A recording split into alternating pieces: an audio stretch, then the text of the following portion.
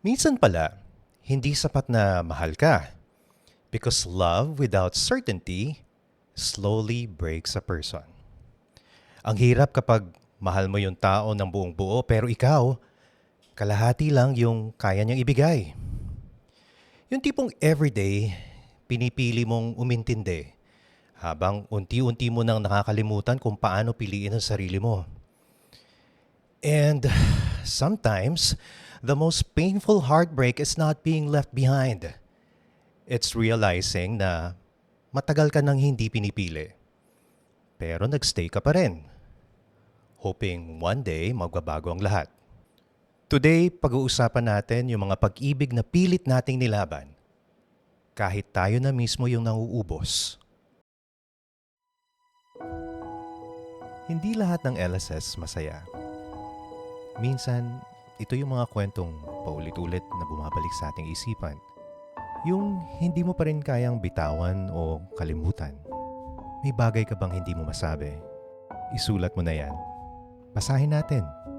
This is Liham Santi Sessions. With me, John Santos.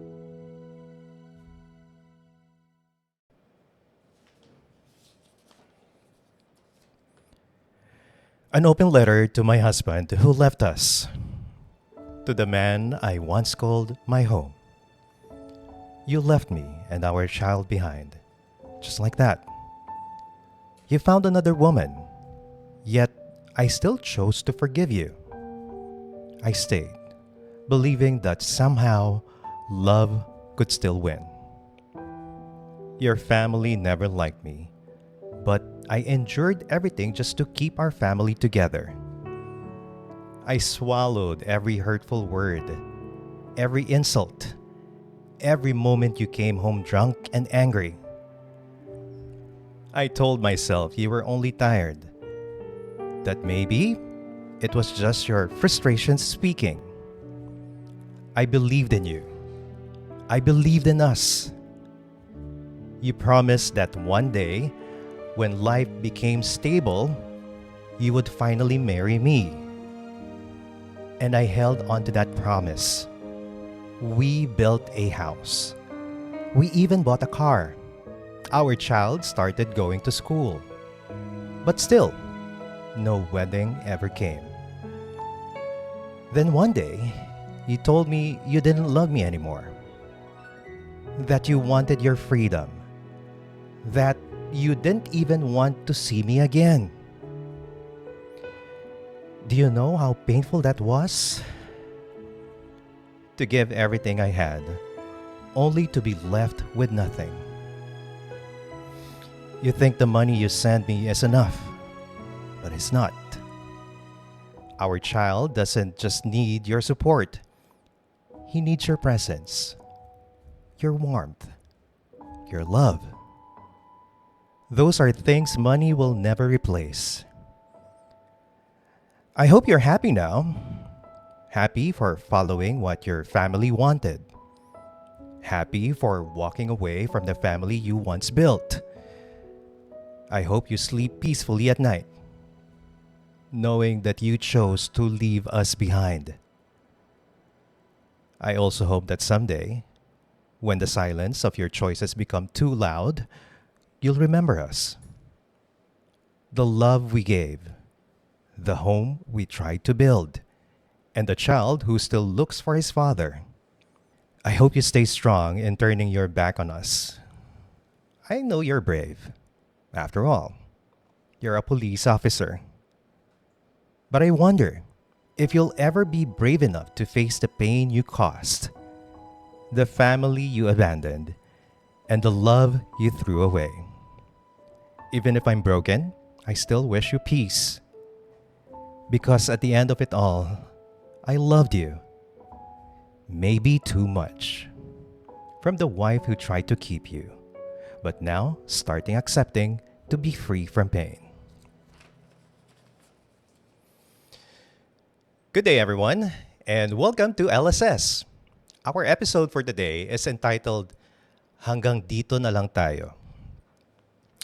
Now, this episode is for the people who loved sincerely, but were never loved with the same certainty.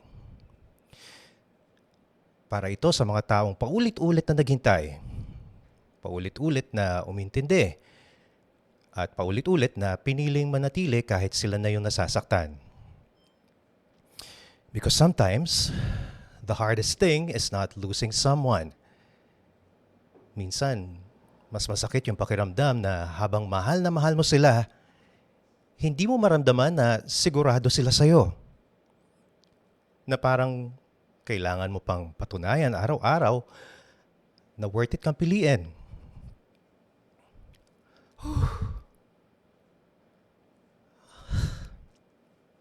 Sabi sa inyo eh. It's fine, it's okay. Kaya to. Ito na yun. Sinasabi ko sa inyo. And slowly, that kind of love changes you. Napapagod ka.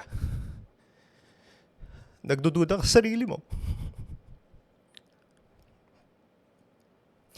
Hanggang sa dumating yung araw na kahit ikaw, hindi mo na rin alam kung paano mahalin yung sarili mo. And today, hindi natin hahayaan mag-isa ang mga taong nakakaramdam nito.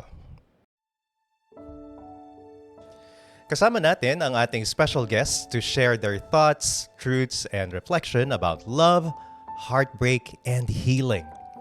Two incredible individuals whose journey are rooted in passion, movement, and inspiring others through art, performance, and confidence. Today, we're joined by two inspiring and multi-talented women who have made their mark in very different but equally remarkable fields. One is a civil engineer, beauty queen, athlete, and youth leader currently involved in the Metro Manila Subway Project, while the other is a celebrated belly dance artist, choreographer, mentor, and performer who has graced iconic shows like ASAP and Eat Bulaga. Please join me in welcoming my two beautiful guests for today, Mary Charles Balana and Jill Ngo. Hi, ladies. Hello, John. First of all, Hi, Miss Jill. allow me to apologize. Kakaumpisa pa lang ng show natin. May iyakan na nagaganap na kaagad. But I guess it just shows na our topic for today is very relatable. I know a lot of our viewers will be able to relate kung ano yung mga pag-uusapan natin today. And for today, just like the past episode, we will be giving way to 4 letters. All those 4 letters, magbibigay tayo ng reflections natin. But before that, of course, please say hi to our viewers. Hello. Yes, we'd like to say hello to everyone. And nandito, it's my first time. And I'm super excited to read all the different letters pa na meron tayo. Pero mas excited ako sa naranasan mo dyan. Actually, oo nga eh. Parang feel ko mamaya si Sir John na yung i-interview Siya pala natin. yung letter Ako sender. pala yung letter sender. Now, for everybody's reference, I've worked with these two talented ladies on stage. I've co-hosted with them, one with a pageant and other events. No? So, magkakilala na tayo as hosts, as MCs. But behind that glamour and all that, being hosts and MCs, dito nyo mas makikilala kung sino si Janet. At the same time, makikilala ko rin kayo. So I hope you're very open to that. Yes, Of we're course. excited and ready. Excited na Ready, din Charles? ako. Super. Let's go. Yes, let's do this. Kaya naman, simulan natin ang isang liham mula sa isang taong ginawa ang lahat para manatili ang kanya minamahal. Pero, iniwan pa rin. Ang sakit ng part na kahit sobrang nasaktan siya, pinili pa rin niya magpatawan. Kasi minsan ganun tayo magmahal eh. Kahit tayo na yung umiiyak, tayo pa rin yung naiisip kung paano maayos yung relasyon. Imagine building a life with someone, creating dreams together, raising a family together, tapos isang araw marirealize mong ikaw na lang pala yung lumalaban. Charles, Jill, may question na ako ha. Ready na kayo? Ito na. Ano sa tingin niyo yung pinakamasakit na kwento niya? Yung pag-iwan ba or yung realization na matagal na pala siyang hindi talaga pinipili? Let's start with you, Jill. Sa totoo lang, when you fall in love, tanga talaga. Let's just, get that out of the way. Nagiging tanga ka. And you keep fighting for nothing. Yun yung masakit, di ba? For nothing. So, well, she got the child out of it naman. Ang point ko is, kahit na hindi siya, pinaglaban, pero di ba, Charles, at least may anak naman sila. At sometimes, me as a mom, I guess yun yung pwede kong i-offer dito. The child is the best gift that you can ever get. So kahit na the father, hindi siya okay, the dad, but yun na lang ang tingnan niya, that she got a child out of that relationship. It's still not a waste of years.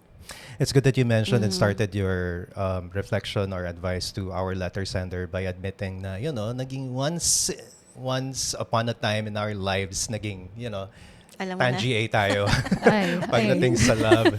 So, although sometimes naalala mo pa rin those moments na pinagdaanan mo, and although let's just say na naka-move on ka na, pero it will really come to a point na whenever you guys talk about it, naalala mo pa rin. But the good part about that is that you've shown how you moved on. You've shown strength. And tama ka dun sa part na sinabi mo, that you mentioned na at least with that relationship, something beautiful happened. Yes. May magandang bagay na napunta sa'yo, and that is yung The anak mo. child. Exactly. Yeah. How about you, Charles? Well, sa akin naman, actually, for me, I think yung pinakamasakit dun is both of them didn't end up fighting for the same thing. Kasi sa dulo, yun nga, yung isa lang yung lumaban. But as what Miss Jill has mentioned, meron naman siyang beautiful blessing, which is yung anak nila. And siguro sa end ko din na someone who has no child just yet, hindi, for me, yung process that you fought for your relationship, kung naging, sorry sa word, kung naging tanga ka man or whatsoever, it doesn't really matter. Kasi para sa akin, when you love, it should be your all eh. Your all talaga. Hindi ako naniniwala sa dapat 50-50 lang. Kasi binigyan ka ng blessing ni Lord to be able to love someone. And when you love someone, mahirap man sabihin, pero hindi siya naka-anchor kung what that someone has to offer you. Siguro lang ang masasabi ko lang talaga, I hope partners in relationships would be open to one another on ano ba yung battle na kailangan nilang pagtagumpayan. Kasi love itself, tama naman po, di ba? Wala naman pong one or two forgiveness. It's gonna be an endless series of forgiveness. To the person who has written us the letter, siguro surrender na lang kay Lord lahat ng mga nangyari sa past, which is, I believe so, walang word na makapagsabi kung gaano kasakit yon, especially that they have a child. Mag-look forward na lang sila to another, chapter of their life together na may anak siya, tapos siya din na mag-grow pa siya more as a person. And I'm sure madami pa siyang magagawa, no? Diba? Malalakas tayong tao. We should believe that. And those challenges na napagdaanan niya, consider it as a learning Yes. process for her to, let's say, for example, if she plans to move on with this relationship and look for another partner, at least may natutunan na siya. Yung mga do's and don'ts, But since we started yung discussion natin about being, tanga. Medyo mahirap siya sabihin. Let's get that Medyo out of maging the tanga. Pero yun Medyo talaga related dun yung next question natin. So, why do you think people stay kahit alam nilang sila na yung nauubos? Let's start with you this time, Charles. Nangyari na ba sa'yo yan? Let's be open. Ako kasi nangyari sa akin yan. But to you, before this, I believe you're Yes, in a relationship now. current No? Before relationship, this yes. relationship, may mga na-experience na ba tayo before na, dumaan tayo sa ganitong process in life, particularly sa relationship? Siguro back then, I wasn't as mature as now. Siguro na-stuck ako sa potential. Parang instead of focusing on what the person is actually offering as of moment, kung ano yung napapakita niya, parang na-stuck ako sa idea nung potential na pwede niyang may offer pa sa relationship in the future.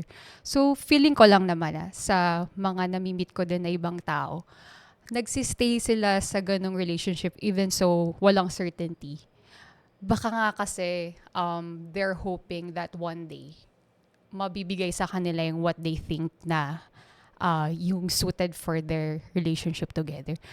Pero as I got older right now, sa totoo lang, dapat mag-focus ka sa present kung ano na yung nabibigay or napapakita sa'yo ng karelasyon mo. Instead of thinking kung baka magbago siya, alam mo, o baka gawin niya to in the future. Kasi sa totoo lang, wala kasi talagang kayang makapagpabago sa isang tao but ourselves. Regardless if bombahin mo siya ng pag-ibig mo or even if you are like the best person, nasabi nila, ang babait naman siya, bakit ganun? Ang ganda naman niya, ang pogi naman niya, very talented, bakit iniiwan pa din siya?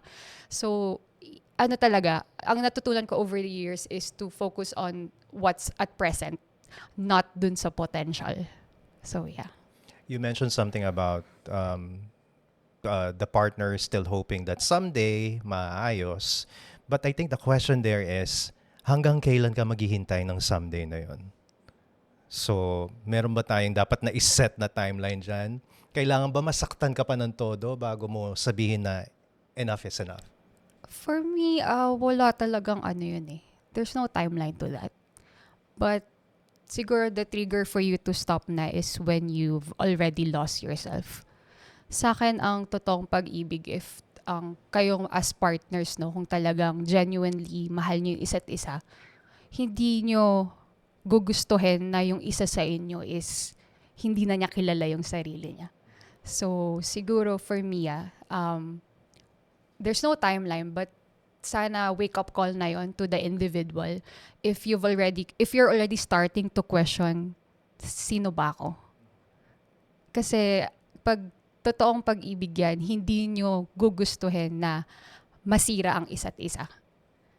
We would always find a way para to support each other, to be their anchor, not the other way around. So yeah, pag na-feel mo na, ay, shucks, hindi ko nakilala yung sarili ko. And I think you have to remind yourself, no, na before you enter into that relationship, you are someone. Kumbaga, binild mo yung sarili mo before you enter that. When you start entering, tas nasira yun, I think you should start questioning kung nasa tamang relasyon ka pa ba. So the moment you see signs, or let's say, I mean, you mentioned kanina, you started your response by saying na challenges will always be there. But I think connecting that to what you just said, yung challenges na yun, when you start realizing that you're no longer the first person you were before you met this person, and I think it's about time for you to end it. How about you? Ano yung, sa tingin mo, bakit kaya may mga tao na pinipili pa rin na magstay despite the fact na nauubos na sila? May pinagdaanan ka bang ganitong relasyon? Wala. Well, first of all, ayan na naman. First of all, I believe na may mga tao na they like the feeling of being the victim. I'm so sorry. Baka sabihin niya, I'm victim blaming, victim shaming, but yun talaga yun eh. There are people who thrive in that feeling of, kawawa ako yung iniwan ako. So get out of that. Saan yung camera ko dito? Gusto ko lang siya kausapin. Get out of it. Lumaban ka. Kailangan meron kang sariling pagmamahal sa sarili mo. Isipin mo yun. You love other people, but do you love yourself? Yun muna yun. Mahalin mo muna sarili mo, and after that, everything will follow. That's true. As in, sorry, tinanggal ko lang lahat ng layers. At the essence of it all, if you love yourself, you wouldn't allow that to happen to you. Yes. Sa umpisa pa lang. Tama. Yes. So the moment you see a sign na there's something wrong. Yes, the red flags. Alam mo na, nakita mo na yung first red flag. But kasi minsan, magkakaroon tayo ng misinterpretation of these red flags. Pwede magkaroon tayo ng first sign pa lang ng red flag, and then doon na pumapasok yung hoping na someday nga na maging Baka maayos. magbago. So you'll give that person a chance again. Are you saying that the moment you see that red flag agad, layo na kaagad ako dito? Siguro kasi depende rin sa personality ng tao. I've always been strong. So hindi ako umaabot sa point na I give too much. I love myself too much to give more than I'm getting. So I'm not saying this is right or this is wrong, but it all boils down to who are you as a person. So I guess if you're more, ano, hindi ganun ka tapang, then you might tiis yung nararamdaman mo. Yung tipong, okay lang, kawawa ako, magbabago siya. Pero, no one changes. Alam natin yan. Nobody has ever changed.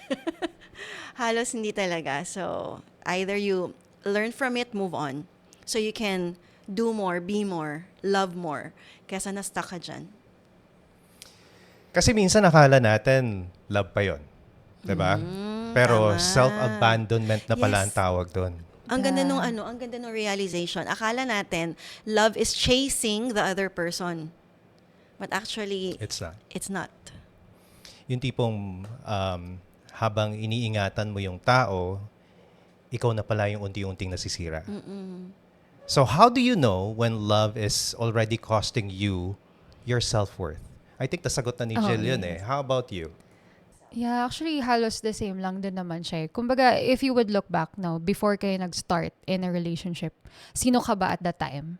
And if it, along the way, if parang powers ka ng powers, you're not excelling anymore sa sarili mo ding field and sa inyo, both as a couple, kailangan mo na talagang i-question yung sarili mo na, nasa tamang relationship pa ba ako?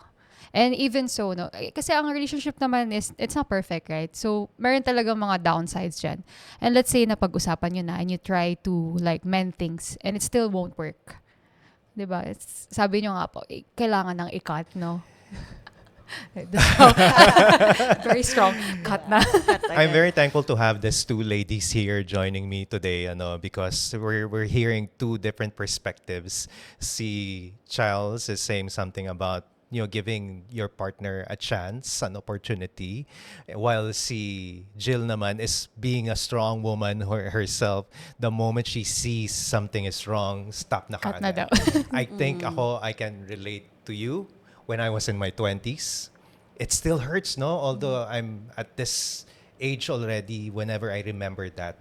But because of those hurtful things that had happened to me way back, it made me the person who I am now. Yes. So, I'm thankful for my past relationships. Maybe because kung hindi dahil sa inyo, I wouldn't be this strong. Smart and smart. Yes. Yeah. Yeah. But I have to admit, every time I remember that relationship, it still somehow brings you pain. Pero it's not as painful as how it was before. So, siguro that those are the stories I can tell to my kids in the future. But yeah, sometimes the most painful kind of heartbreak is not when someone suddenly leaves. It's when they slowly stop choosing you while you continue choosing them every single day. And that's what your letter felt like. Hindi ka lang nawalan ng partner. Nawalan ka ng pangarap, ng tahanan, at ng taong itinuring mong pahinga at pamilya. You love deeply. Ramdam iyon sa bawat parte ng liha mo. You forgave betrayal, endured judgment, stayed through the anger, the drinking, the hurtful words, and even the loneliness. All because you believe love was still worth fighting for. Maraming tao ang madaling sumuko, but you stayed because your intentions were pure. Hindi ka mahina dahil nagtiis ka. You simply loved sincerely. But one of the hardest truths in life is this. Sometimes, love alone is not enough to make someone stay. Kahit gaano mo kamahal ang isang tao, you cannot force them to value the love you are willing to give. The painful part is that you built a life around promises. The promise of marriage, the promise of forever, the promise that once life became stable. Ikaw naman ang pipiliin at ipaglalaban. And so you waited. You held on. You believed. Pero minsan, may mga pangakong hindi talaga tinutupad. Not because you're unworthy, but because the person making them was never fully certain enough to keep them. And that kind of pain breaks a person quietly. Nakakapagod magmahal nang ikaw na lang ang lumalaban. Nakakapagod umasa sa taong unti-unti ka nang binibitawan. Yet despite everything, you still chose kindness in your letter. Nasaktan ka, pero hindi ka naging mapanira. Broken ka, but your heart still speaks with love. And that says so much about the kind of woman you are. You are right about one thing. Money can never replace presence. Ang anak ninyo, hindi lang sustento ang kailangan. Kailangan niya ng ama. A child remembers time, warmth, laughter, comfort, and affection more than financial support. Darating ang panahon na hindi pera ang hahanapin ng anak ninyo, kundi ang tanong na, bakit wala pa si Papa? And someday, your husband may finally hear the silence left behind by these choices. Because people sometimes realize the value of a home only after they've already walked away from it. But while waiting for that realization, sana ikaw naman na magsimulang piliin ang sarili mo. Because in trying so hard to save your family, you may have forgotten to save yourself. Hindi mo kailangan ubusin ang sarili mo para patunayan na marunong kang magmahal. Hindi mo kailangan magsiksik ng sarili mo sa puso ng taong decided nang umalis. Real love should not make you beg constantly for reassurance, respect, and presence. And maybe this painful ending is not just a loss. Maybe it is also the beginning of your freedom. Freedom from constantly questioning your worth. Freedom from waiting for love that became inconsistent. And freedom from carrying a relationship alone. Healing will not happen overnight. May mga araw na magiging galit ka. May mga gabing iiyak ka pa rin. There will be moments when memories will hurt all over again. Pero darating din ang araw na gigising ka na hindi na mabigat ang dibdib mo. Araw na hindi mo na kailangang habulin ang taong ayaw ng manatili.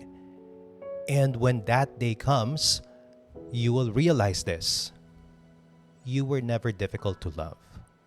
Nataon ka lang sa taong hindi kayang alagaan ang pagmamahal na handa mong ibigay. So cry if you must. Ako nga, umiiyak pa rin hanggang ngayon. Grieve the future you once dreamed of. But please remember, your story does not end with abandonment. Your value did not disappear just because someone failed to see it. You are still worthy of genuine love. Still worthy of peace. Still worthy of life where you no longer have to beg someone to stay. And maybe now, instead of fighting to keep someone who already let go, it's finally time to fight for yourself. Okay, so that was a pretty emotional first letter, and I think we're now ready para sa ating second letter. You guys ready? Let's Yes. go. Here we go. Totoo nga, no? Minsan, mahirap daw magdesisyon. Mahirap mamili between your heart and mind. Kasi yung gusto ng puso mo, pwedeng makasama sa'yo. At yung gusto naman ng isip mo, pwedeng makabuti pero ikadudurog mo. Hi, gusto ko lang magkwento. At sa dulo, gusto kong marinig ang comment ninyo. Please hide my identity. I'm in a relationship for almost 2 years. May kahati sa oras, pero hindi sa pagmamahal. Nahirap intindihin, no? I'm female and nagmahal ako ng isang feminine din. Yes, she is bisexual.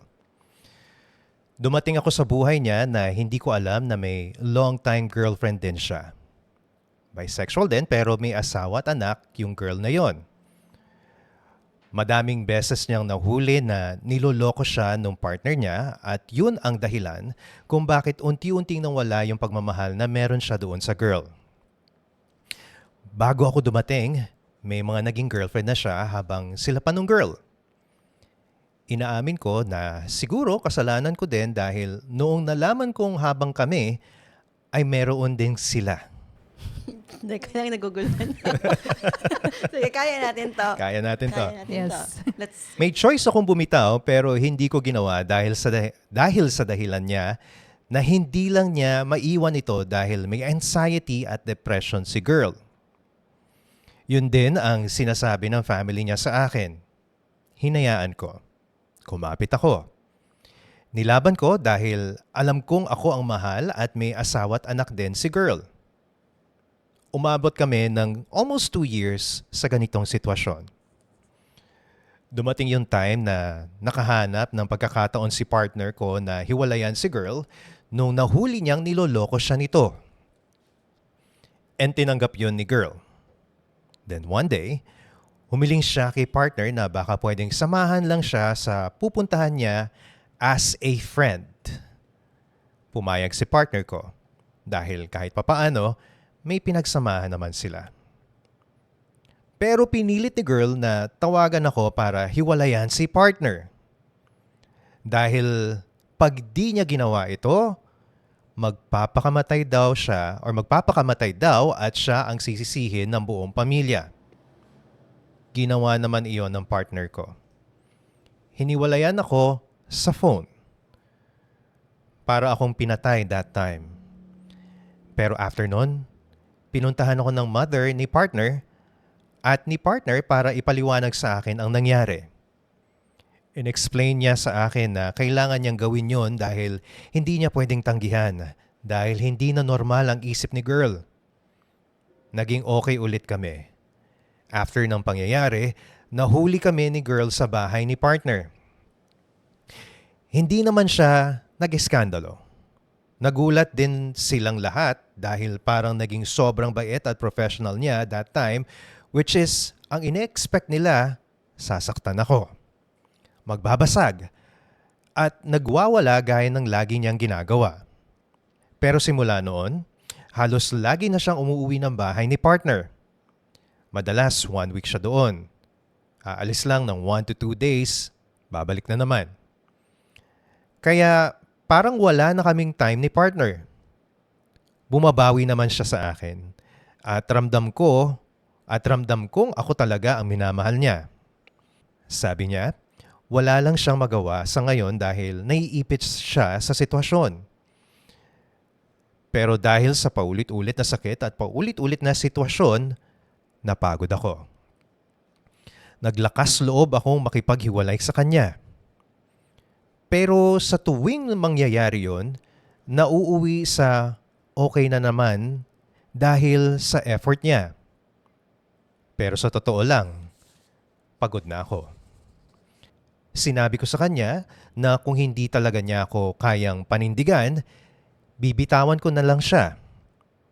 Dahil di ko deserve ang maging option at pangalawa.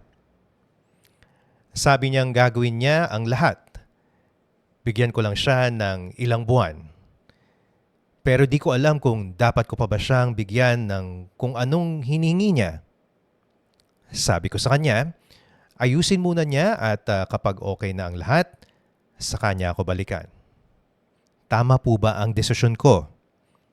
Kapag binitawan ko na ba siya ng tuluyan, ako ba ang hindi lumaban?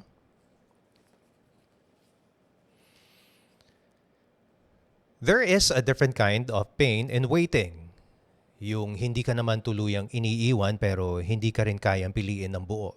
Parang araw-araw kang umaasa sa bagay na hindi mo naman alam kung darating pa. At para sa guest natin today, ano kaya sa tingin niyo ang mas nakakapagod? Yung magmahal or yung maghintay? Let's start with you, Charles. Magmahal or maghintay? Yes. Mas nakakapagod. Syempre maghintay. Kasi ang pagmamahal, ano bang nakakapagod sa pagmamahal when it's done? Kumbaga kung pares yung minamahal isa't isa. So sa akin, ang mas mahirap is yung naghihintay ka. And kung i-base ko dun sa letter, no? For me, basing it on my own principles din. Tama lang yung ginawa niya na inalis na niya yung sarili niya dun sa kumbaga dun sa sitwasyon. A very complicated situation. A very complicated I mean, situation. Narinig nyo naman yung letter. Yes. Masyadong maraming sala-salabit. Ang Oo, daming totoo. involved. Actually, parang simula pa lang, di ba? Right Oo. from the beginning of their relationship, aware sila that there are other people involved. And sa akin talaga, ang relasyon is meant for two people. Mhm. Kumbaga, ako personally, hindi ako open sa open relationship na tinatawag nila. Na kumbaga tayo, then you can have another relationship with other people. I really don't know how it works for them. Kaya kung para sa akin, it's supposed to be for two people na nagmamahalan kayo. And nagigets ko naman, no, naiintindihan ko that they're all loving each other naman. May kanya-kanya tayong, sabi nga, no, forms of love na kayang ibigay sa tao. Pero Pero the yun question ba? there is, ako ito lang. Yes po. Paano mo nababalance ang love? Like, pwede mo bang, di ba there's this song, Sana Dalawa ang Puso Ko. Pero is it real? Is it possible to love two people at the same time? I mean, I guess it is possible. Again, I've been in that situation. Pero, yeah. It is possible, pero may mas matimbang. Totoo. Diba? Mhm. So, pwede kang magmahal ng isa pang tao, pero the love that I'm giving you, because mahal ko tong isa, mas malaki yung percentage na ibibigay ko sa kanya. Pero again, that violates what you just shared, na yung belief mo na dapat Isa 1:1 lang. For two. lang. Hindi dapat na may kahati. Kasi we're talking about, diba, romantical love, no? Mhm. Hindi. Kasi kaya mo na talaga magmahal more than one. Like, for example, I love my boyfriend. I love my mother as well. That's different forms of love. Yes. So, kaya talaga. You can love multiple. Kaya mo rin magmahal ng stranger, actually. By how, siguro, tuwa ka sa paano siya nag-act to you. Pero dun kasi sa sitwasyon nila na romantically speaking, like being in a relationship, hindi talaga eh. Para sa akin, kayong dalawa lang talaga. And bakit ka pa, kung sa isa nga hindi ka pa sigurado, bakit manggugulo ka pa ng iba na intense emotion? Bakit manggugulo ka pa ng other individual? So, kung naguguluhan ka sa current relationship mo, speaking on a general sense, wag mo nang pasukin. Mhm. Kaya kasi 'di ba kumbaga you be there, be sure to that person that you have. Hindi yung parang shucks mahal kita, mahal din kita. Tapos parehas mo silang pagsasabayin. It just violates my own principles as well. Kaya for me, dalawa lang. Oo. Kayo lang dalawa. And for you, mas painful yung naghihintay. Yes. Mm-mm.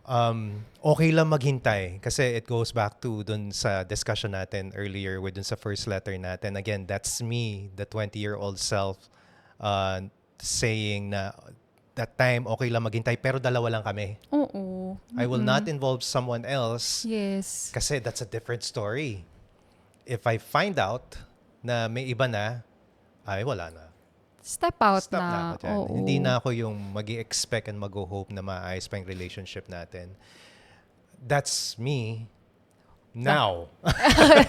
Pero back then. Oo, back then, pwedeng nagkaroon pa ako ng hope na, kasi again, it happened. Yun yung story talaga nung love life na yun. Nung love story na yun. So, the moment I found out na nangyayari siya, again, nagbibigay pa ako ng chances eh. That's the John before, mahilig magbigay ng chance. And me, the being hopeful na John again. But yeah, as soon as, siguro, again, I'm sharing my story because baka makatulong with yung mga viewers natin. Distance actually matters also. So I guess it was hard for me to let go of that relationship because magkasama kami palagi. And the moment na nagkaroon ako ng opportunity to leave like physically, lumipat sa ibang lugar, nagkaroon ako ng lakas ng loob to finally say, enough is enough. Tama na. So, but sige, before I give my answer, how about you, Jen? Ito, the strong girl eh. Yeah, so, si mukhang strong alam ko na woman. kung ano isasagot niya eh. Hindi pwede. Hindi na kaagad. Like, Stop na. stop na. Life is too short to love, to be in a cast of thousands. Ano yun? Ano pelikula ba yun? Ang dami nila. Ang dami nila. So, yun lang. Tigilan mo yan, girl. Boy. Tama nga, di ba, Tigilan. decision niya. Oo. To just, Yes, tama yung sinabi mo. Extricate yourself Yeah, out alis mo of na that lang. Oo. situation. Kasi, you're just wasting valuable time. Isipin mo sarili mo that you could learn a new hobby, you know. Ang dami mong pwedeng gawin sa oras mo, sa buhay mo, instead of pinipilit mo yung sarili mo. Diba? Yung partner niya kasi is also giving hope dito kay letter sender natin. Parang sinasabi niya, Hintay ka lang. Oo. For the paasa So, ba? I think that leads now to our next question. So, how long should someone wait for a person who keeps saying, hintayin mo Wait lang ka ako? lang. Or maghintay ka lang? Ang hirap syempre, nun. Shut up sa It's a no. Hindi, pero that's a difficult question kung Yeah. ika-quantify, Depende sa sitwasyon. ika-quantify mo like how many months. Pero I guess, if you love yourself, mas maikli yung time na iwan mo yung sarili mo doon. So, it really depends. That's Yeah, it. tama po yun. Na wala siya timeline eh. Pero babalik siya sa kung gaano mo kakilala din yung sarili mo eh. Kanina, before answering, I said it's based on my principles. Yes. So, kung alam mo sa prinsipyo mo na yung papasukin mong sitwasyon, hindi siya sang-ayon eh. Huwag mo na siyang simulan in the first place. Oh, but for her case na nandun na sa sitwasyon na yun, ay, iklian mo na lang Iklian talaga. mo na Oo. lang, girl. Kumbaga, So, I remember asking this question a while ago. Kanina. Dapat ba may timeline tayo? wala. So, the moment na ma-feel mo na parang, based doon sa kwento niya, may mga bagay na paulit-ulit na nangyayari na dapat hindi niya ini-experience. For me, because I'm the type of person who wants to, let's say, learn from my past experiences, maybe pwede akong dumaan or pwede kong experience yon. But after siguro a couple of same repeats, I will Yes. stop and tell you, sorry, it's not gonna happen. I have to let go already. Kasi tama ka eh. You're too young. There are a lot of things na pwede mo pang ma-experience in Opo. life. And hindi umiikot. Kaya yung sinabi ko kanina, hindi umiikot ang buhay sa isang tao lang. Meron lang Medyo ako. complicated situation pa. Sanga-sanga yung kanila. Yung kanila, Oo. grabe. Pero meron lang akong gustong i-share na naalala ko lang. When I was younger, I would have a dialogue with the people, kahit na hindi romantic like friends. Friends who nagkaroon kami ng issue. I would want to talk to you. I would want to discuss why this happened. But it still won't work because I will still understand it the way I understand it. So, ang point ko is, as I got older, na-realize ko, the betrayal is the closure. You got betrayed. That is the intention of the person. Lagi kasi people are intentional.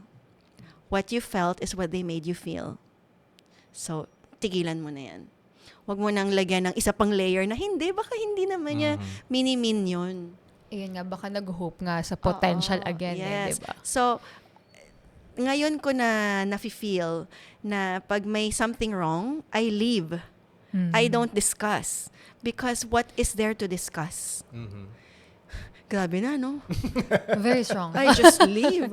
Yeah. Go out the door. But yeah, it's quite obvious already doon naman sa story niya. Yun sa first part pa lang ng letter niya, her knowing na meron palang kasama ng iba. For me, again, I speak for myself and my own values, I would definitely not proceed with that type of Yes. relationship already. So, tapos na. At least, again, hindi na ako magkakaroon ng headaches. But the learnings that I mentioned a while ago is in a relationship na yung 1:1 lang.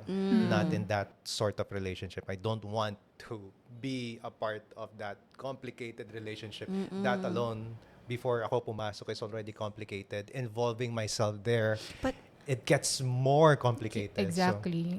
pati yung nanay kasama eh. Oo nga, Nakita eh. mo ba Buong yun? family. Pinuntahan ako ng nanay. So, yung nanay nung girl, Grabe na. nung girl nung partner, and then, yeah. So, Gusto mo pa Don't ba trap yun? yourself sa Exactly. ganyan. Wag na lang. totoo nga siguro, no? One of the hardest battles in life is choosing between what your heart wants and what your mind knows you deserve. Kasi minsan, the heart keeps holding on kahit pagod ka na, while your mind quietly whispers, hanggang kailan mo kakayanin? Sa kwento mo, malinaw na hindi ka lang basta nagmahal. You stayed, understood, adjusted, and fought for someone you genuinely love. Hindi madaling mahalin ang isang taong emotionally trapped in a complicated situation, pero ginawa mo pa rin. Kaya wag mong isipin na kulang ka sa laban. You love deeply. And that alone says so much about your heart. Pero love should not always feel like survival. Yes, mahal ka niya. Ramdam na ramdam mo yon. Pero habang tumatagal, napapansin mo rin na ikaw naman ang unti-unti nang nauubos. Kasi kahit gaano ka totoo ang pagmamahal, kapag paulit-ulit kang nasasaktan, napapagod din ang puso.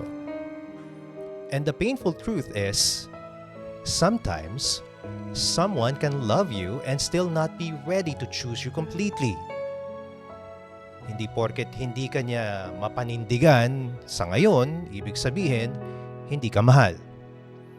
Pero hindi rin ibig sabihin noon na kailangan mong manatili sa sitwasyong ikaw lang ang umiintindi, ang naghihintay at nagsasakripisyo habang hindi sigurado ang lugar mo sa buhay niya. You asked if tama bang umalis ka muna. All three of us agreed. We all said yes. Because choosing your peace is not giving up on love. It's finally choosing yourself after losing too much of yourself trying to save the relationship. Hindi ka selfish. Hindi ka rin duwag. At lalong hindi ibig sabihin na hindi ka lumaban. In fact, maybe you already fought harder than you should have. Minsan kasi, the bravest thing a person can do is walk away from a love that keeps hurting them. Even if the love itself is real.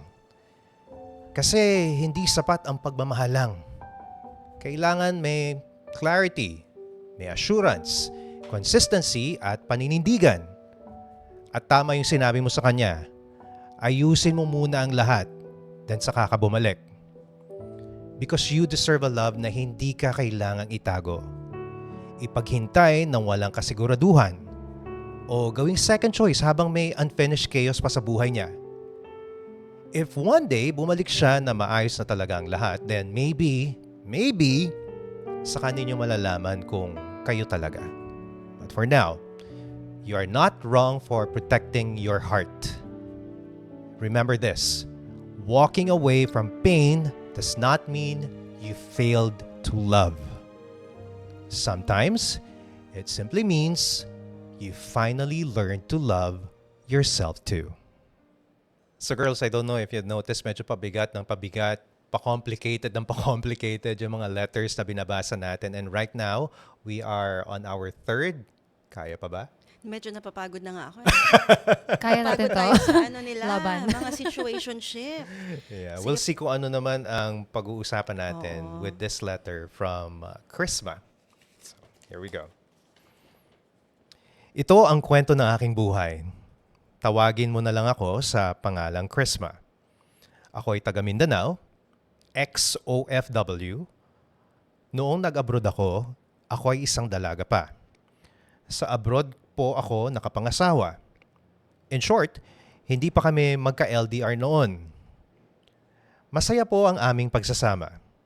Nagkaroon po kami ng 2 anak kahit sa maikling panahon lang na kami ay nagsama at nagkakilala. Hindi inaasahan na magkaka-LDR po kami ng partner ko. Pero kahit ganoon pa man, inaantay ko pa rin ang aking asawa kahit langit at lupa ang layo namin for 4 years. Ang sad story ko, sa 4 na paghihintay, hindi ko malalaman na he is getting married there already kung hindi pa pinasa ni girl ang picture sa akin while they're both kissing. Grabe naman. Teka lang, backtrack ka nga doon Ulitin sa natin. sinabi niya ulit. Ang sabi niya, Ano? ito na yung saddest part ng kwento Oh. niya. Hindi daw niya malalaman na magpapakasal na yung partner niya na ka-LDR niya ng 4 years kung hindi pa nagpadala ng picture yung girl na kinakasama niya habang sila daw ay nagkikiss. Oh my goodness. So syempre, ang ginawa ko, tinawagan ko siya. Oh. I asked him, bakit niya nagawa sa aking maglihim?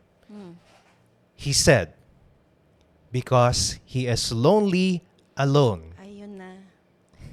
And then I Wala started kaya. to cry. I am in pain. Na-hurt ako. Sabi ko sa kanya, bakit? Ikaw lang ba? Ako rin naman. Pero hinihintay kita kasi alam kong may asawa akong hinihintay. Alam ko may pamilya ako at meron akong ikaw.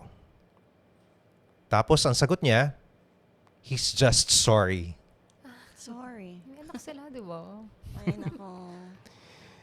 Tinanong ko kung mahal niya yung girl at ang sabi niya, he loves us both. Parang pareho ng Ayun second naman sa natin. dalawa. Sabi mo, hindi mo ako sasaktan katulad ng sakit na pinaranas ng past ko. Kasi yung ginawa niya, walang pinagkaiba sa past ko. That time, umuwi ako ng Pinas while I was pregnant sa pangalawa ko. So hindi niya nakita yung baby namin. Ganoon din yung nangyari sa firstborn ko. Pero naandyan siya. Siya yung tumayo bilang tatay pero nung nabuntis ako sa pangalawa, parang natakot siya sa anong kahahatnan namin. Parang nalito siya that time. So, nag-decide siya na mas mabuting sa Pinas na lang ako manganak kaya umuwi ako. Now, our baby girl is 3 years old. Ganun din, hindi niya nakita in person ang tatay niya. Tapos malalaman ko lang na hindi na rin pala kami mabubuo kasi may pamilya na rin siya doon. He broke his promises for us. Ako na lang yung nagparaya. Hinayaan ko na lang sila kahit yung sakit ay dala-dala ko pa rin hanggang ngayon. Hanggang dito na lang, Chrisma. Grabe yung years ng paghihintay. Years of faithfulness, years ng paniniwala ng promises, tapos isang araw, malalaman mong may iba na pala siyang pinipiling mahalin. Ouch. Pinagdaanan ko na naman to. I think one of the hardest things about betrayal is hindi lang tao yung nawawala, pati yung future na matagal mong binuo sa isip mo. Para kay Jill at kay Charles, paano ka babangon kapag yung taong akala mong makakasama mo habang buhay, biglang naging stranger? Let's start with you, Jill. Ganito. Yes. Paano ka babangon pag gano'n? Normal. Hindi. Grabe, na-speechless ako Ako doon. din eh. Diba? It's almost same Nagtatrabaho as ka yung lang. sa second letter natin. Only this time, may distance na. So, LDR. siguro to summarize the letter, na-meet niya yung partner niya sa ibang bansa, nagkaroon sila ng kids until finally si wife and the partner decided na dito na lang mga anak sa Pilipinas yung babae. And then later on, after 4 years, nalaman niya at na-discover niya na may kinakasama ng iba. And what's funny and what's making me feel this anger is that nanggaling pa dun sa girl. Yes. Yung photo. Oo. So, Naiinis pa eh. Tapos ikakasal pa, di ba? Naiinis. Oo. Sila yung ikakasal, di ba? Yung sila, nag-send. yes. Oh. Itong kasama niya ngayon. So, Jill? Ang sakit. Kasi nagtatrabaho ka lang. I mean, hindi ka, I know wala kang Jill, ginawang mali. Oo nga. I know si Jill kasi has this very strong personality and since we started the show, she's been saying that the moment you see na may nakikita ka ng mali, you stop it. But yung sa kwento kasi natin ngayon, hindi niya kaagad nakita yun eh. Oo. 4 years. And it happened nung nagkahiwalay na sila. I mean, nag-long distance relationship, pumasok na sila sa ganong klaseng sitwasyon. And what made it worse is yun nga, may yung babae pa yung nagpadala sa kanya ng proof na may kinakasama yung asawa niya, although hindi pa naman legally kasal or partner niya. So, yung question there again is how, I know, again, you being strong, pero in this kind of situation na you started the relationship well, and then later on mo lang nalaman, and hindi mo pa malalaman, supposedly, kung hindi nagpadala sa'yo, how will you move on to that type of relationship? I guess, Being a strong person. oo.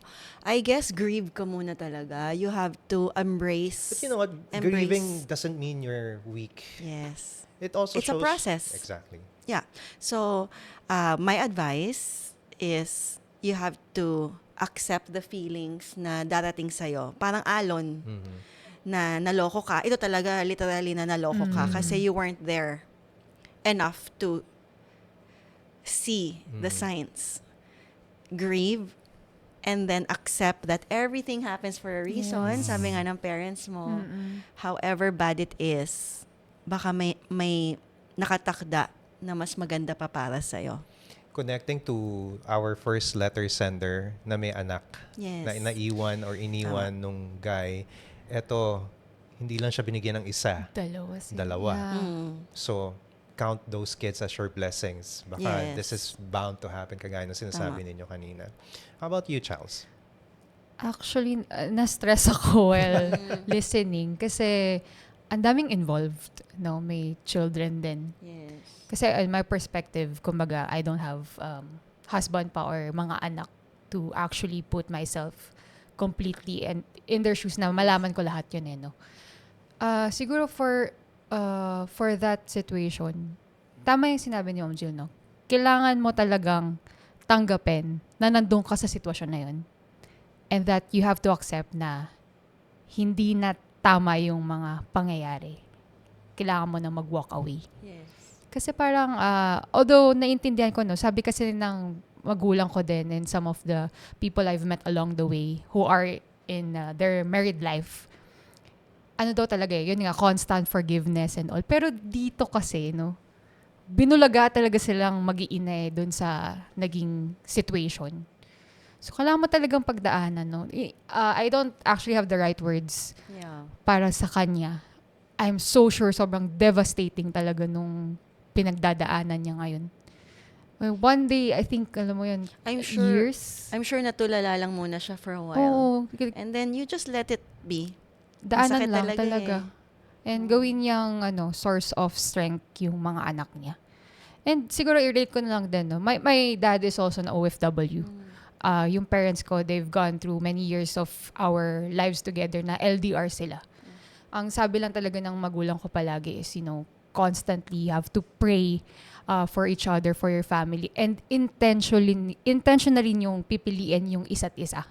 Kasi yung temptation, andyan lang yan pero magiging lang naman siya, kasalanan kapag you allowed it to yourselves.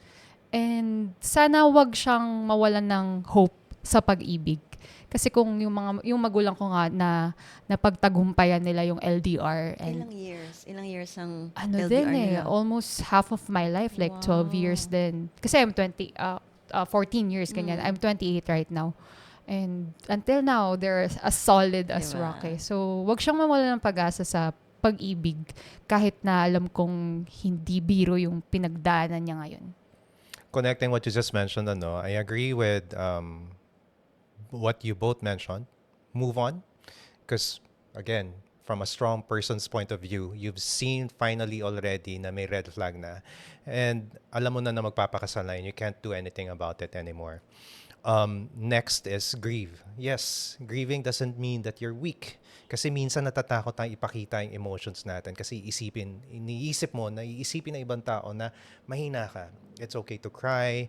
It's okay to feel bad. Waking up every day, still realizing na wala na pala yung ini-expect mo na mga kasama mo someday dito sa Pinas or vice versa. And you're the only one left na magpapalaki ng mga anak ninyo. It will take a while, but moving on doesn't really have a time or wala tayong sinusunod na timeline. Yes. Walang 3-month period. Walang ganon. So, at your own pace, kung kailan mo kaya makamove on, but you have to start with letting it go first or accepting the reality that it's happening, it's here. And I'm doing this not just for myself this time, but for my kids. Yes. So, again, walang masama sa pag-iyak mo. If you feel sad, if you feel like crying, let it out. Minsan, magugulat ka, naglalakad ka, bigla ka na lang naiiyak. It's okay. Totoo. Right? So, minsan kausap mo lang yung friend mo. And that's a good thing about having friends also. Nasi-share mo yung emotions mo to these people. Medyo, for me, the more na kinikimkim mo siya, mas medyo nagiging masakit siya. So, I suggest also you find an outlet. Talk to Talk people. about it. Talk to your family. Talk to Yes. your friends. Let it out. Still talking about yun sa nangyari na pang-betray dito sa letter sender natin. My next question is, ano sa tingin ninyo? It can be something that you've experienced in the past or yun siguro naiisip nyo pa lang na sa tingin ninyo yung type ng betrayal na hindi ninyo kayang mapatawad or makapagbigay ng pagpapatawad. Could be to a partner or to a friend, but maybe let's focus on sa partner na lang. Let's start with you, Charles. Oh. Sa akin kasi, like I said kanina, no, nag-uusap-usap tayo. Ang non-negotiable ko talaga in my relationship is the moment na may someone out there na naiba. Kasi parang ano siya eh, isipin mo when your partner is facing you, parang everything is so lovely, everything is okay, pero at the back of your relationship pala, may iba rin palang nakikinabang sa pagmamahal ng partner mo. So, that's a form of betrayal na mahihirapan akong i-accept. But in terms of forgiveness, I have a different approach to that. There is no action that I cannot forgive. And why is that so? Ayokong pabigatin yung buhay ko eh.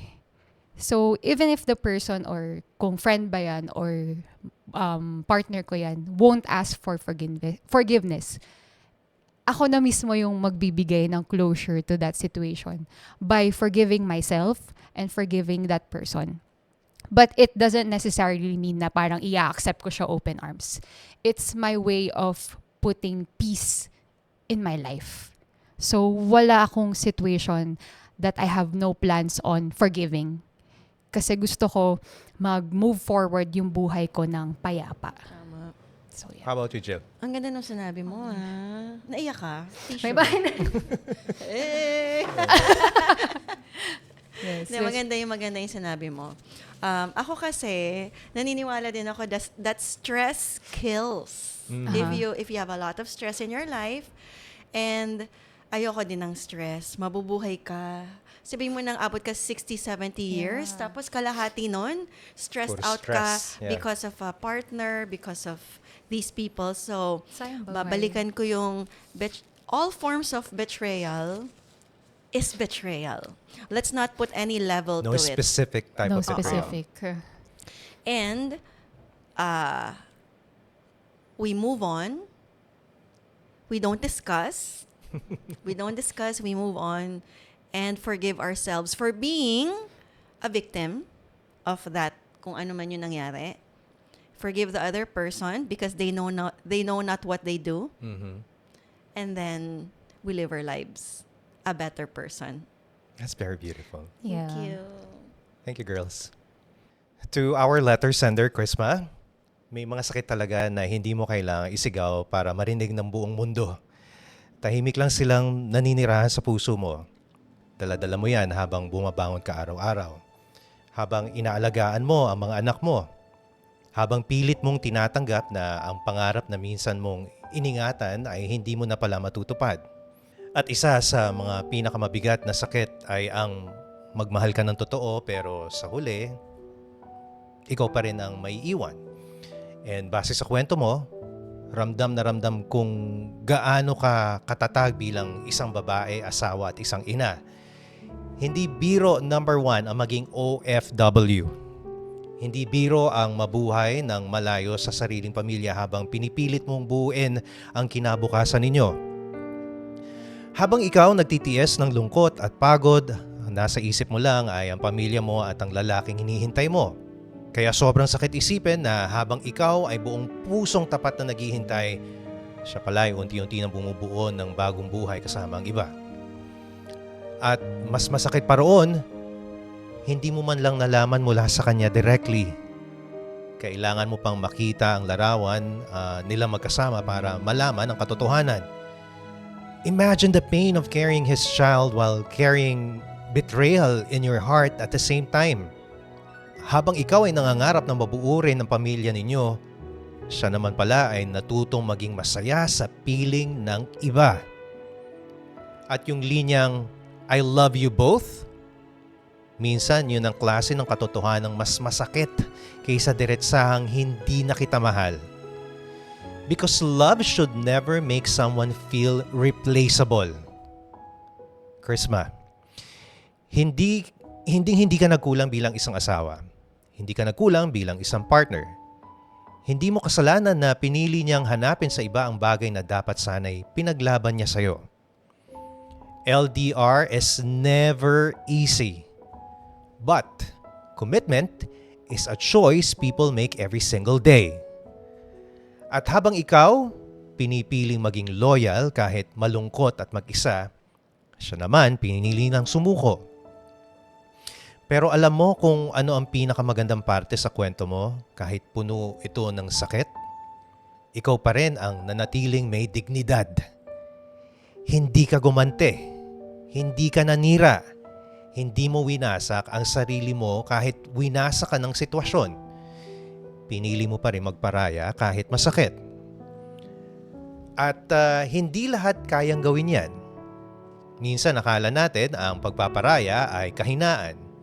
Pero sa totoo lang, it takes a very strong heart to let go of someone you still love because you finally accepted that you deserve peace too. You girls agree on this? At oo, dala mo pa rin ang sakit hanggang ngayon, normal lang yon. Hindi madaling i-heal ang betrayal lalo na kapag ang taong nanakit sa'yo, siya rin yung taong pinangarap mong makasama habang buhay. Pero sana, habang lumilipas ang panahon, matutunan mong tingnan ang sarili mo hindi bilang babaeng iniwan, kundi bilang babaeng nanatiling matatag kahit iniwan.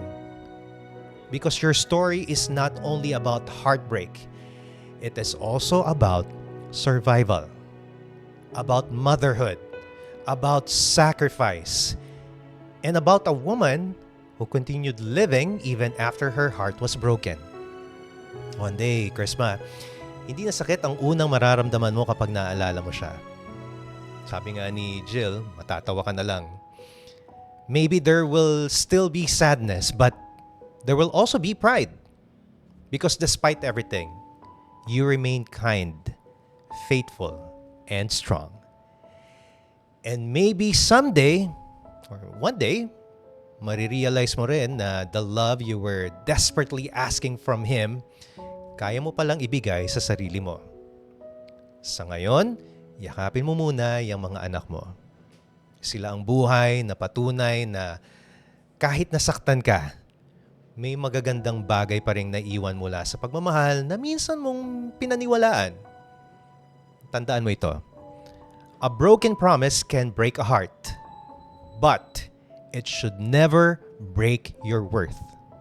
Because you are still worthy of genuine love, honest love, a love that stays. Kahit mahirap, kahit malayo, at kahit matagal. Okay, Jill, Charles, we are now down with our last letter for today. Kaya niyo pa ba? Oo naman. Of Kaya course. pa. Bring it on. Let's go. Here we go. Hello po.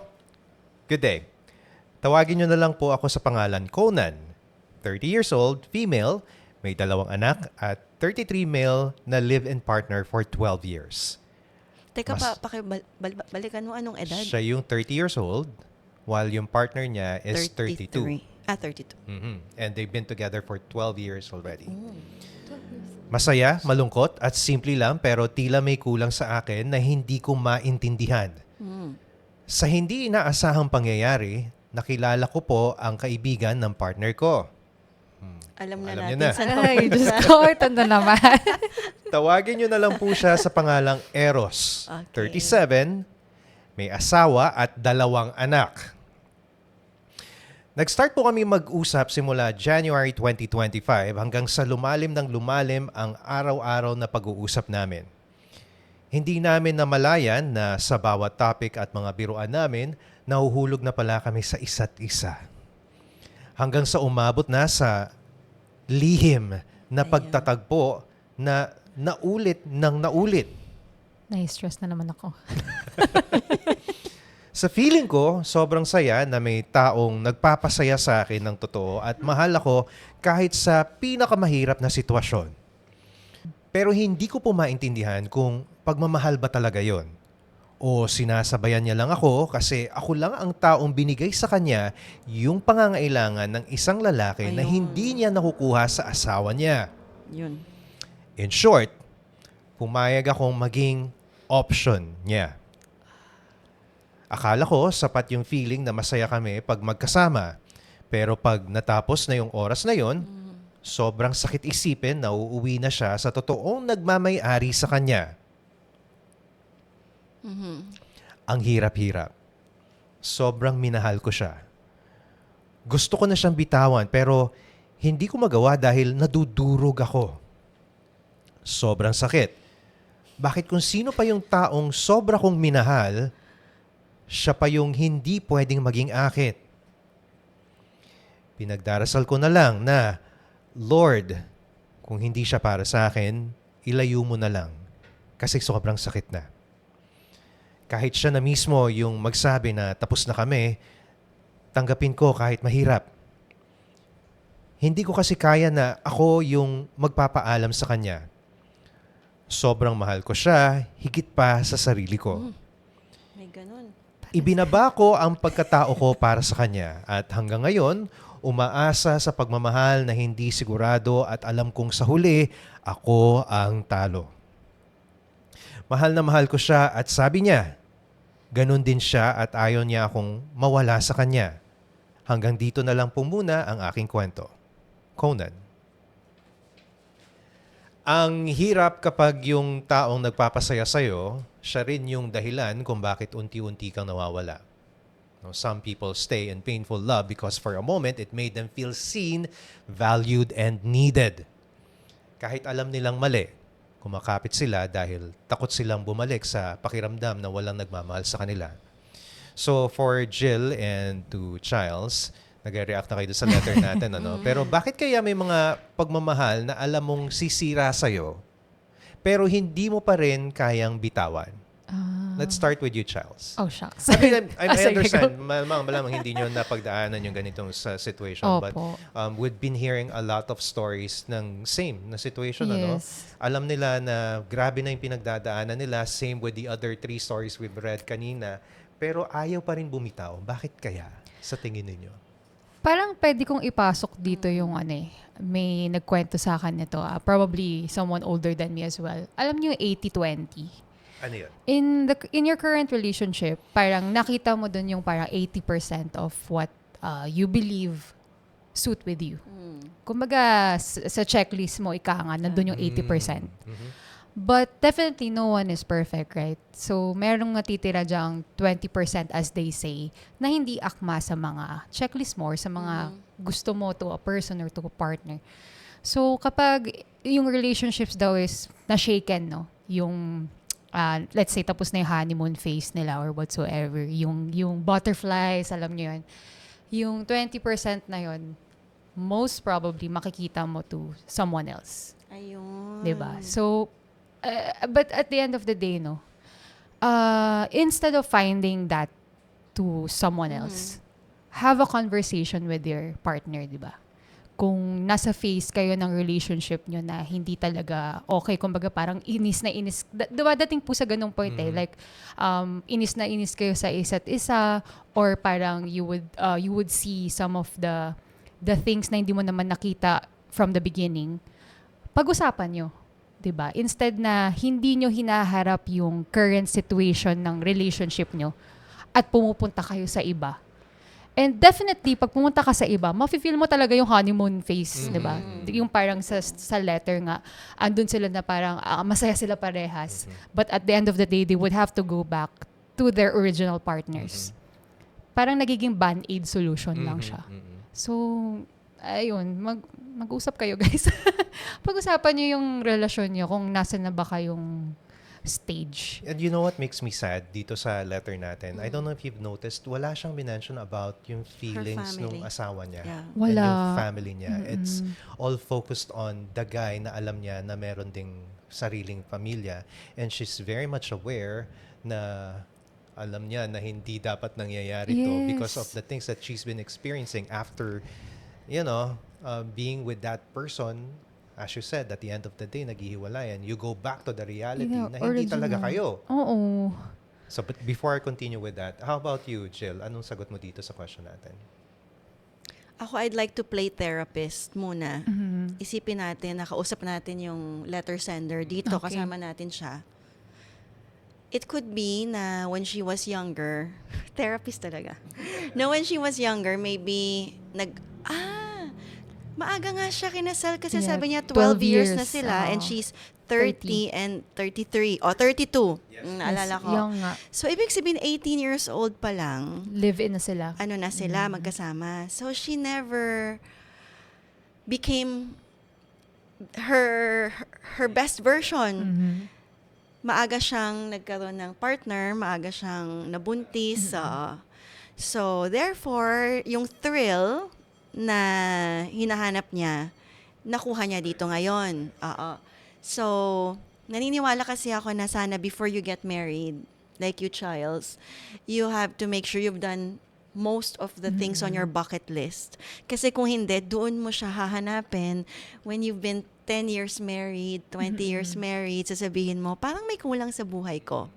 Nakapagbigay ng konting excitement sa kanya tong bagong Yes. guy, si Eros, o di ba naalala ko yung pangalan niya? Si Eros, na 37 years old na. Yun, doon niya ngayon kinukuha yung, kasi nga hindi siya buo nung pinasok niya tong Sitwasyon. Sitwasyon, Oo, Relationship. yun. So, I'm not sure if I'm right or wrong, but Yeah, we don't that's how know. I see it. Na napakabata niya nung pinasok niya to. She wasn't able to grow as kung sino woman. dapat siya. As a woman, Mhm. yun. Yeah, so Yun yeah, lang ang Pero nakikita ko. possibly Possible. yes. Oo, Possible. yeah, kasi you said, yun nga, based on your computation, Computation. 18 years old siya Bata nun. pa lang siya. lumalabas noon. 18 years old nga lang Opo. siya. Para siyang napitas ng masyadong maaga. Yeah. Hindi siya nakapag-bloom. So maybe she needs to find hobbies like dancing or alam kong mababaw yon. Dancing. Hindi, pero diba? Let's go to Miss Hindi, Jill. pero mababaw yon, iniisip natin. Yeah. But it could help na makilala niya yung sarili I-divert niya. mo yung thoughts mo to something else. Something that's more, yun, kagaya yung sinabi mo example. Self-growth. although, It Self-growth. doesn't necessarily mean na kailangan mo maghanap ng someone else for you yes. to feel Complete. Yes. Tama. But Yeah. it could be, wala siyang passion. Ayun, hindi niya nahanap yung passion niya. Kasi like ako, my passion is dancing. Ikaw, your passion is yung mga advocacies Yes. mo. Sa That's why, pageant, Yes. hosting also. as a beauty queen, you have a voice. So, na-fulfill mo siya ngayon. So that when you get older, hindi mo na kailangan hanapin yun sa ibang tao. So, So anyway. I think it's a matter of understanding yung situation niya because of the timelines. Baka. Yes, Possibly, possible din yes. po. Possible. But then again, yung question niya is again going back dun sa letter niya, no, if kailangan pa ba niya i-pursue itong relationship na to. Pursue No. dancing. Dancing, something Pursue else. dancing. Pageantry. You know, Yeah, do pursue something niya sarili with niya. your life. Yeah, Yeah. tama. Pursue niya yung sarili niya. Improve mo muna yung sarili mo bago ka maghanap ng happiness from another person. But I want to go back dun sa sinadjust din ni Charles kanina about talking to the Yeah, partner. yung partner niya. Because it's unfair to the partner na these things are happening behind his back without obviously his knowledge. Yeah. And parang unfair din also kasi hinahanap niya yung bagay na hindi na niya nakukuha dun sa husband niya Sa ibang without letting tao. that person know na I think may May kulang, kulang, I think we oo. need to talk and discuss this. Ano yung pwede natin gawin? After all, relationship is a two-way stream. di ba? Yes. So, kayong dalawa yung mag-uusap dyan Yeah. para ma-resolve kung ano man yung dapat ninyong gawin. Baka kasi all this time, yung husband mo, iniisip niya, walang Okay problema, lang. okay Opo. lang ang lahat. Pero alam mo na mina-encounter ka na mga bagay na dapat dinidiscuss mo sa partner mo. And I'm sure your partner will listen if he truly loves you. Okay, next question. Bakit may mga pagmamahal na alam mong mali pero pakiramdam mo yun lang yung nagpapasaya sa'yo? Yun.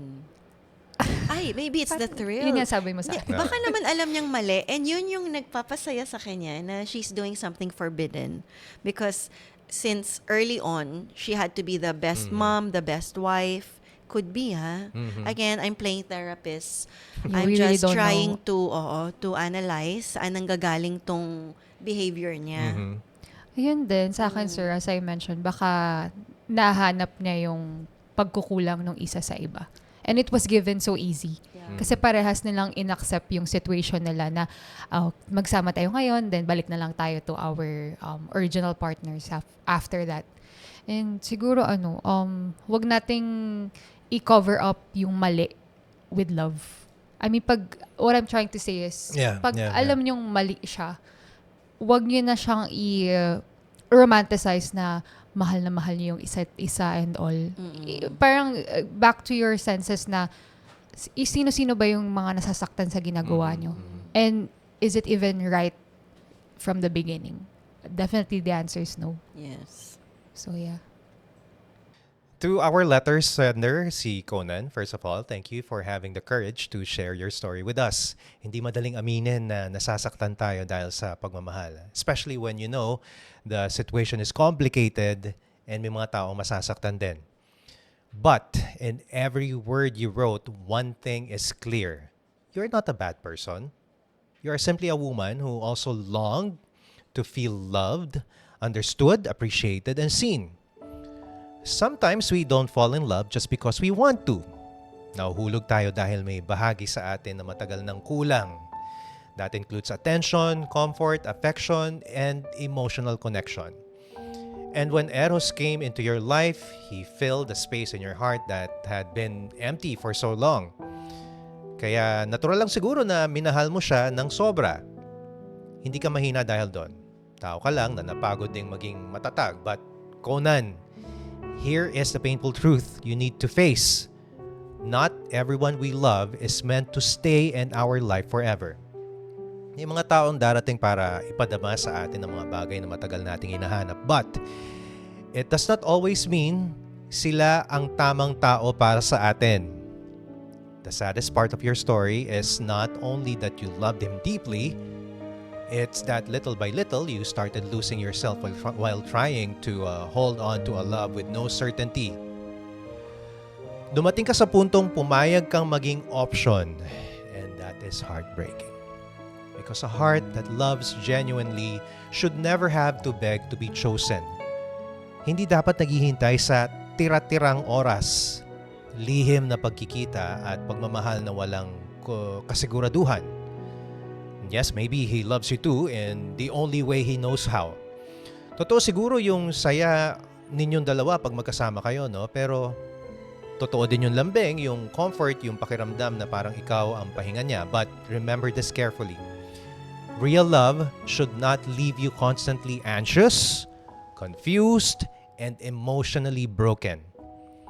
Ang totoong pagmamahal hindi ka unti-unting inuubos because while you were waiting for him to choose you, you slowly stopped choosing yourself and your current partner. And honestly, Conan, your prayer touched me deeply. Na you mentioned, Lord, kung hindi siya para sa akin, ilayo mo na lang. That prayer is not weakness. That is a tired heart asking God to save it from drowning. Kasi minsan, the hardest prayer is not, Lord, ibigay mo siya sa akin, but, Lord, teach me how to let go. Hindi madaling bitawan ang taong mahal natin, especially when they became a comfort and space or escape from loneliness. You don't pressure yourself to love on overnight. Hindi mo kailangan magmadaling kalimutan siya, but while you are hurting, crying, and trying to survive each day, sana unti-unti mo ring maalala kung sino ka bago mo binigay lahat ng pagmamahal mo sa kanya. You are more than someone's secret. You are more than someone's temporary happiness. You are more than an option. Isa kang babae na deserving mahalin ng buo, malinaw at may paninindigan. A love that is honest, peaceful, and secure. Not hidden in guilt and uncertainty. If the day comes na siya mismo ang bumitaw, yes, it will break you. Sobrang sakit nun, syempre. Pero baka iyon din ang simula ng paghilo mo. Because sometimes, God removes people from our life not because love wasn't real, but because the situation is no longer healthy for your soul. Do not lose yourself trying to keep a love that is slowly destroying your peace. Love yourself too, Conan. Don't forget to love your husband too. Kahit paunti-unti lang, kahit magsimula ka muna sa pag-amin na pagod ka at nasasaktan ka na. Because the right love will never make you feel like you have to compete for your place in someone's heart. One day, maintindihan mo rin na may mga taong mamahalin natin ng totoo. Pero hindi sila ang taong dapat nating makasama habang buhay. Isang mahigpit na yaka para sa iyo, Conan. Today, we heard different stories, but they all carried the same silent heartbreak, the heartbreak of not being fully chosen. Chrisma continued believing despite betrayal, stayed even after abandonment, while another kept waiting even while losing herself. And Conan held on to a love filled with uncertainty. And maybe that's the saddest part about some relationships. Hindi dahil walang pagmamahal, kundi dahil may mga taong mahal ka lang kapag convenient. Pero hindi kapag kailangan ka ng panindigan. Because not everyone who says, "I love you" is ready to stay. And not everyone who stays truly knows how to love. May mga pag-ibig talagang hanggang dito na lang. Not because the feelings were fake, but because love alone cannot save a relationship without certainty, honesty, and courage. And maybe healing begins the moment you stop begging to be chosen and finally starting choosing yourself. To our beautiful guests, Jill and Charles, thank you for sharing your heart with us today. Now, Thank you also, din. Before I let you go, here's a little something for the two of you. Oh, Thank you po. Thank you so much. Magagamit natin to. I hope you enjoyed your Salamat po. guesting sa Liham Senti Sessions. Thank course. you. Thank It you has po. been a pleasure din, Charles and John, na makapag-share kami. And hopefully, may matutunan talaga yung mga letter senders sa experiences natin. Yes, and also for me, and dami ko rin natutunan from my conversation with the both of you as well. Thank you. And to everyone listening, how many times have you tried to understand someone habang unti-unti mo nang kinakalimutan ang sarili mo? And if there's a love in your life that you already know has reached its end, paano mo hahayaang matapos? Nang hindi mo nawawala ang sarili mo.